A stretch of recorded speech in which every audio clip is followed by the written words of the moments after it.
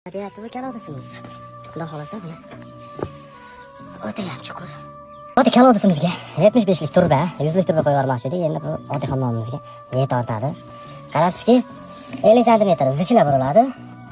Undan keyingi pastki tarafi esa xuddi mana shunday bir g'ishtga o'tadek tas tashlab ketib, zigzag zanjir holatda uriladi. Va fundamentga keladiğimiz fundament bitta g'ishtni shunaqasiga uzunasiga qo'yiladi. Pastga esa chiqiladi. Tagiga rastvor qo'yilib, qo'yib yuboriladi.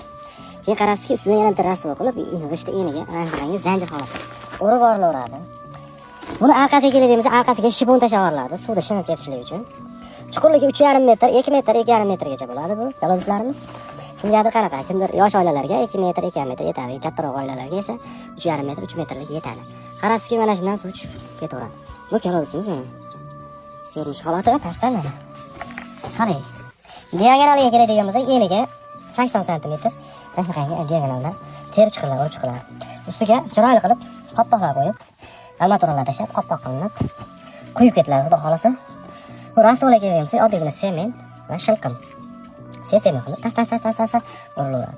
Yoqqan bo'lsa bitta like bosib qo'yasizlar va xuddi shunaqangi qimoqchi insonlarga yengil jo'natib qo'yasizlar.